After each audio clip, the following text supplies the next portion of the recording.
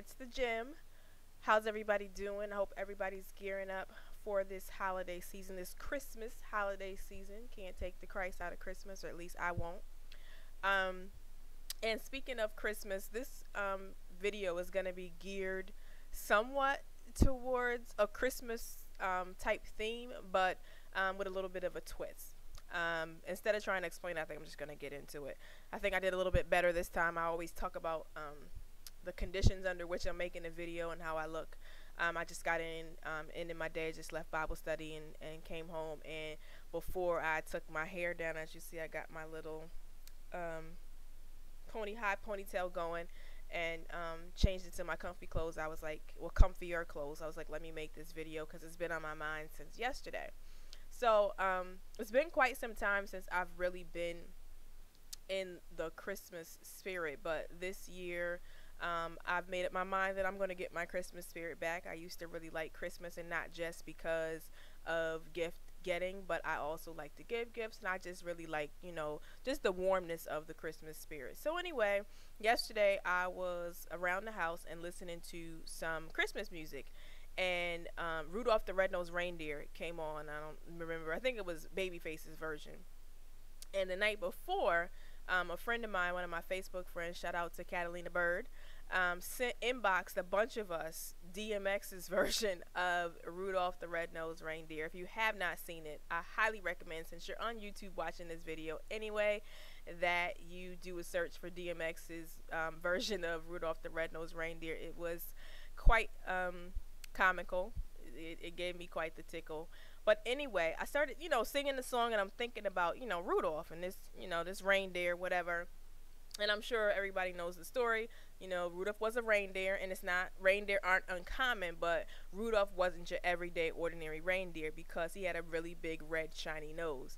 And before his purpose was revealed, it just seemed like he was weird. It just seemed like he had something that no other reindeer had, nor did any other reindeer seem to want. They made fun of him until his gift was revealed, and or the red nose was revealed as a gift, and that really made me start to think.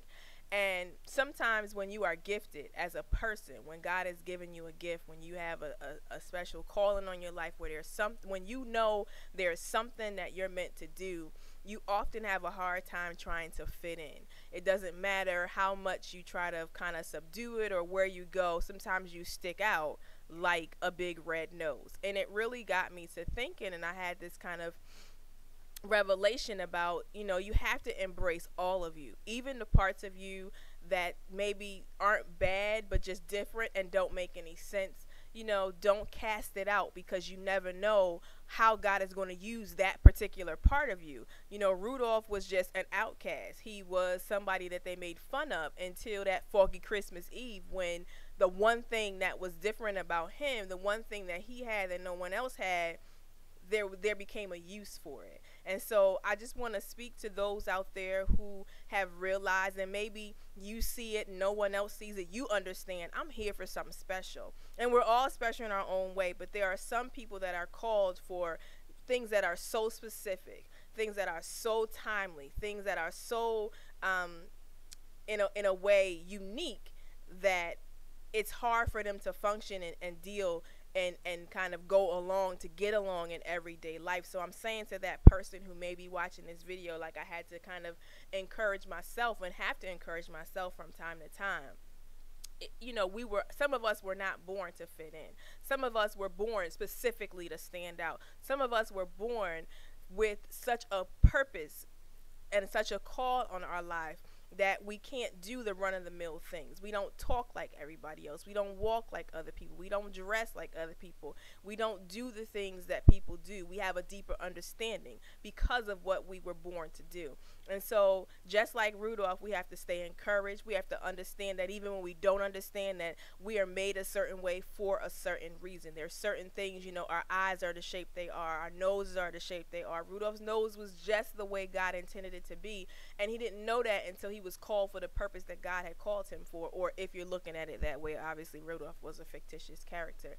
So When you've been called to do something, even when nobody else sees it, when you feel that burning inside of you, that thing that even when you are physically looking like everybody and doing what everybody's doing, you find yourself still standing out, or you find yourself always going against the grain because you just don't feel the way other people feel. You don't do what other people do. Just be encouraged and know that God has intended you for a specific purpose. Know that there is a call that's been placed on your life, and know that God is not going to stop you until you reach that place. And when you reach that place, when you make that realization where you understand that, oh, this is what I've been born to do. I've been doing coaching in some way, shape, fashion, or form pretty much my entire career. It was just never called that. I never called it that. I was called a residential care worker. I was called a supervisor. I was called, a program coordinator. But what I did with the people that that worked for me, because I pretty much worked in managerial roles for the greatest part of my career, as well as with the youth and other people that I work with in the service oriented field, I was coaching them. God has always given me the ability to break things down for people and tell them things in a way that they can understand, bring it home for them, so to speak. So in that ability to do that, and not having formal education that would explain why I had the ability to do that, there were some times that people discounted what I was able to do. There were some times when people didn't understand it, so they, I've been told, oh, you're just too deep. Well, for me, I'd rather be deep than shallow. That's just me. I mean, shallow might work for some people, and that's your business, but it doesn't really work for me. I had a good friend tell me one time that, having a deeper understanding of things in life really causes you to look at things more seriously. And so because of that, up until very recently and throughout different periods of my life, I've taken life a lot more seriously than I do now. Not that I don't take life seriously now, but I've learned to just kind of live and let live, and not necessarily really ride stuff, so hard and take things so seriously, because I do have a deeper understanding, and that does put sometimes a pressure or a weight on me that maybe other people may not have to deal with. But we just have to learn to be who we are to the best of our ability, because a lot of times when we go through the struggles or when we're meeting opposition, it's because we're trying to fit into a mold that wasn't made for us. We're trying to make something fit that doesn't fit.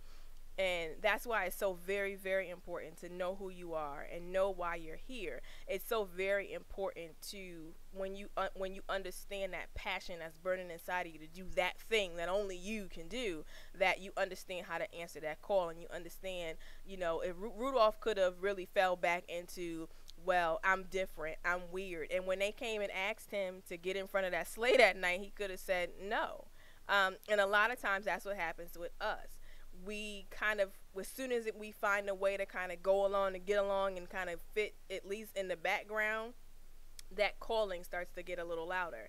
And sometimes people say no. I, for one, am not going to turn God down. I'm not going to shy away from anything that he's called me to do. I'm learning to increase my faith in that area. I'm learning to just go along with God. If you're going to go along to get along with anybody, make sure you're going along to get along with God. So I want to just close by saying you can learn a lot from a reindeer. And in those times where you don't feel like anybody gets you, where you feel like there's too many differences and not enough similarities between you and other people, just know that you are made a certain way for a certain reason. Seek that reason out if you have not yet. I can't encourage you enough to get in touch with who that is you're supposed to be. Find it out. If you belong to a church, seek counsel from your pastor. I'm a firm believer in having a coach. Even though I am a coach, I have a coach. Shout out to my coach, Tiana Blyden. Find somebody who is spiritually connected, who can bridge that gap for you, so that you can begin to get an understanding of why you're different and who you are, and what it is you're meant to do, because nothing is gonna sit quite right until you figure that out. Well, that's all for now. You can, if you want to know more, please feel free to comment on this video. Please, please, please subscribe.